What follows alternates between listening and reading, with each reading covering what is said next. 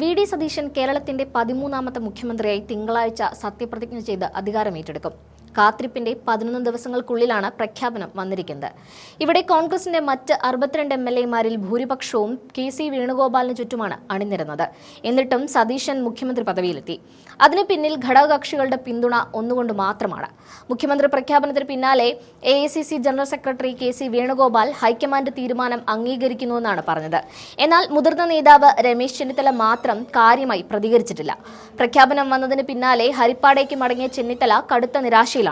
പാർട്ടിയിൽ തന്നേക്കാൾ ജൂനിയറായ ഒരാൾ തന്റെ തലപ്പത്ത്, അതും മുഖ്യമന്ത്രി കസേരയിൽ ഇരിപ്പുറപ്പിക്കുന്നത് സ്വാഭാവികമായും അദ്ദേഹത്തിന് അനിഷ്ടമുണ്ടാക്കുമെന്ന് ഉറപ്പാണ്. എന്നാൽ രമേശ് ചെന്നിത്തലയെ അങ്ങനെ കൈവിടാൻ ഒരുക്കമല്ല ഹൈക്കമാൻഡ്. സംസ്ഥാന ആഭ്യന്തരമന്ത്രി പദവിയും ഉപമുഖ്യമന്ത്രി പദവിയും ചെന്നിത്തലയ്ക്ക് നൽകിയേക്കാം. ഇത് അദ്ദേഹം സ്വീകരിക്കുമോ എന്ന കാര്യത്തിൽ മാത്രം വ്യക്തതയില്ല. ജൂനിയറായ സതീശന് കീഴിൽ സതീശൻ നയിക്കുന്ന മന്ത്രിസഭയിൽ രണ്ടാമനാകുന്നതും തോൽവിയായി ചെന്നിത്തല കാണുന്നുണ്ട്. കെ.സിയും വി.ഡിയും തമ്മിലടിക്കുമ്പോൾ അനുരഞ്ജനം എന്ന നിലയിൽ തന്റെ പേര് പരിഗണിക്കുമെന്ന് അവസാന നിമിഷവും ചെന്നിത്തല വിശ്വസിച്ചിരുന്നു. ഉമ്മൻചാണ്ടിക്ക് ശേഷം പാർട്ടിയിൽ അക്കാലത്ത് രണ്ടാമൻ ചെന്നിത്തലയായിരുന്നു. മന്ത്രിസഭയിൽ ഉമ്മൻചാണ്ടി മുഖ്യമന്ത്രി പദവി കൈയടക്കിയപ്പോൾ കെ.പി.സി.സി പ്രസിഡന്റ് പദവിയിലാണ് ചെന്നിത്തലയെ വാഴിച്ചത്. പിന്നാലെ ഏറെ ചർച്ചകൾക്കൊടുവിലാണ് അന്ന് രമേശ് ചെന്നിത്തല ആഭ്യന്തരമന്ത്രി പദവിയിലേക്ക് വന്നത്. സ്വാഭാവികമായും ഉമ്മൻചാണ്ടിയുടെ മരണത്തോടെ കേരളത്തിൽ കോൺഗ്രസിന്റെ തലപ്പത്ത് രമേശ് ചെന്നിത്തലയാണ് ഇരിപ്പുറപ്പിക്കേണ്ടത്. എന്നാൽ 2021 യു.ഡി.എഫിന് ഭരണം നഷ്ടമായ അവസ്ഥയിൽ രമേശ് ചെന്നിത്തലയെ പ്രതിപക്ഷ നേതൃസ്ഥാനത്ത് നിന്ന് മാറ്റുകയായിരുന്നു. ഇതാണ് അക്ഷരാർത്ഥത്തിൽ രമേശ് ചെന്നിത്തലയുടെ രാഷ്ട്രീയ ജീവിതത്തിൽ തിരിച്ചടിയായ ഘടകം. ഒരുപക്ഷെ പ്രതിപക്ഷ നേതൃപദവിയിൽ രമേശ് ചെന്നിത്തല ഇരിപ്പുറപ്പിച്ചിരുന്നെങ്കിൽ ഇന്ന് മുഖ്യമന്ത്രി കസേരയിലേക്ക് മറ്റൊരു പേര് പരിഗണിക്കില്ലായിരുന്നുവെന്നും പറയാൻ സാധിക്കും. പുതിയ സാഹചര്യത്തിലും രമേശ് ചെന്നിത്തല സർക്കാരിന്റെ ഭാഗമാകണമെന്നാണ് രാഹുൽ ഗാന്ധിയുടെയും ആവശ്യം. എന്നാൽ ആഭ്യന്തര വകുപ്പിനപ്പുറം മറ്റൊന്നും ചെന്നിത്തലയ്ക്ക് സ്വീകാര്യമാകില്ലെന്ന് ഉറപ്പാണ്. എന്തായാലും വി.ഡി. സതീശനെ മുഖ്യമന്ത്രിയെ പ്രഖ്യാപിച്ചതിൽ കോൺഗ്രസ് നേതൃത്വത്തെ അതൃപ്തി അറിയിച്ചിട്ടുണ്ട് രമേശ് ചെന്നിത്തല. അച്ചടക്കം പാലിച്ചിട്ടും നിരന്തരം അവഗണിച്ചുവെന്നും സീനിയോറിറ്റി പരിഗണിച്ചില്ലെന്നും ചെന്നിത്തല നേതൃത്വത്തെ അറിയിക്കുന്നുണ്ട്.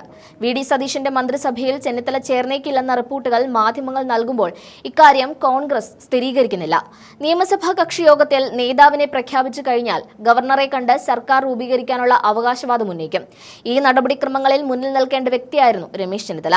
എന്നാൽ അദ്ദേഹത്തെ വിശ്വാസത്തിലെടുക്കാൻ ഈ മണിക്കൂറുകളിൽ ഒന്നും കോൺഗ്രസ് നേതൃത്വത്തിന് സാധിക്കാത്തത് ആശങ്കയുണർത്തുന്നുണ്ട്.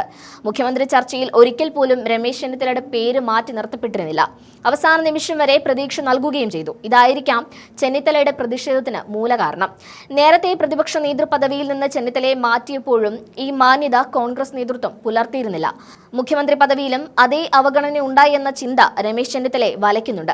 അതുകൊണ്ടുകൂടിയാണ് കോൺഗ്രസ് നേതാക്കളുടെ ആഘോഷങ്ങൾക്ക് കാത്തുനിൽക്കാതെ ചെന്നിത്തല ആലപ്പുഴയിലേക്ക് മടങ്ങിയത്. ഇനി സ്ഥാനമാനങ്ങൾക്ക് വേണ്ടി കേരളത്തിലെ കോൺഗ്രസ് നേതൃത്വത്തിന് മുന്നിലേക്കില്ലെന്ന് പറയുന്ന ചെന്നിത്തല നീതി പ്രതീക്ഷിക്കുന്നത് രാഹുൽ ഗാന്ധിയിൽ നിന്നാണ്.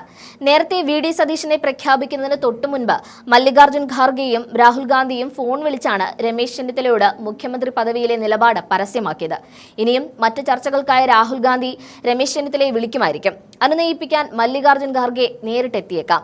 നിയുക്ത ആഭ്യന്തരമന്ത്രിയാണ് ചെന്നിത്തല എന്ന വാർത്തകൾക്കായിട്ടാണ് അദ്ദേഹത്തിന്റെ അനുയായികൾ കാത്തിരിക്കുന്നത്.